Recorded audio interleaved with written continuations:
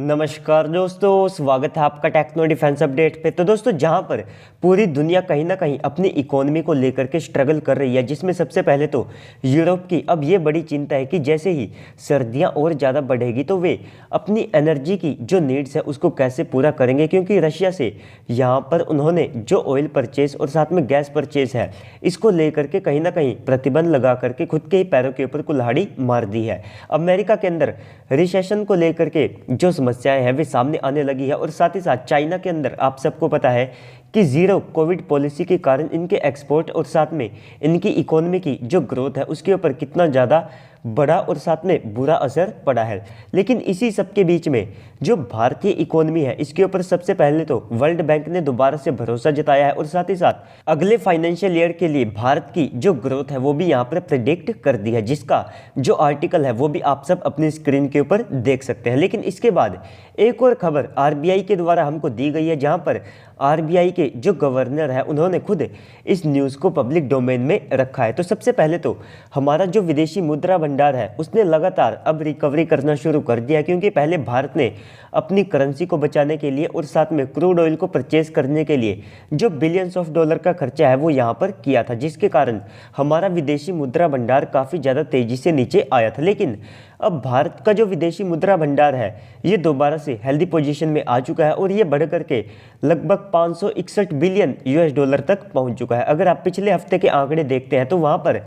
हमारा जो विदेशी मुद्रा भंडार है तो उसे 550 बिलियन यूएस डॉलर के आसपास का बताया गया था। तो इस बार ये 550 से बढ़ करके लगभग 561 बिलियन यूएस डॉलर के आसपास आ चुका है। तो यहाँ पर आप सब लोग लगभग 11 बिलियन यूएस डॉलर की बढ़ोतरी मान सकते हैं, और ये कितनी ज़्यादा बड़ी है इसका अंदाज़ा आप यहीं से लगाइए कि पाकिस्तान आईएमएफ से केवल लगभग 6 बिलियन यूएस डॉलर तक का लोन चाहता है, जिससे कि वे पूरे पाकिस्तान को यहाँ पर संभाल सकते होंगे। तो कई महीनों और साथ में काफ़ी ज़्यादा लंबे कोशिश के बाद भी पाकिस्तान को ये अमाउंट नहीं मिला। वहीं पर भारतीय इकोनॉमी इतनी ज़्यादा स्ट्रांग हो चुकी है कि इसको हमने केवल 1 महीने के अंदर ही कवर कर लिया है। इसी के साथ में जो चाइना का फॉरेक्स रिजर्व है तो वहाँ पर आप सब देखेंगे कि उनकी जो इकोनॉमी है वो भारत से काफ़ी ज़्यादा बड़ी है, लेकिन इस सब के बावजूद भी पिछले हफ्ते उनकी जो फॉरेक्स रिजर्व है उनमें केवल 3 बिलियन यूएस डॉलर तक की बढ़ोतरी देखी गई थी। तो आप सब कह तो सकते हैं कि ये भी एक पॉजिटिव ग्रोथ है, लेकिन चाइना के हिसाब से उनकी इकोनॉमी का जो साइज है और उनकी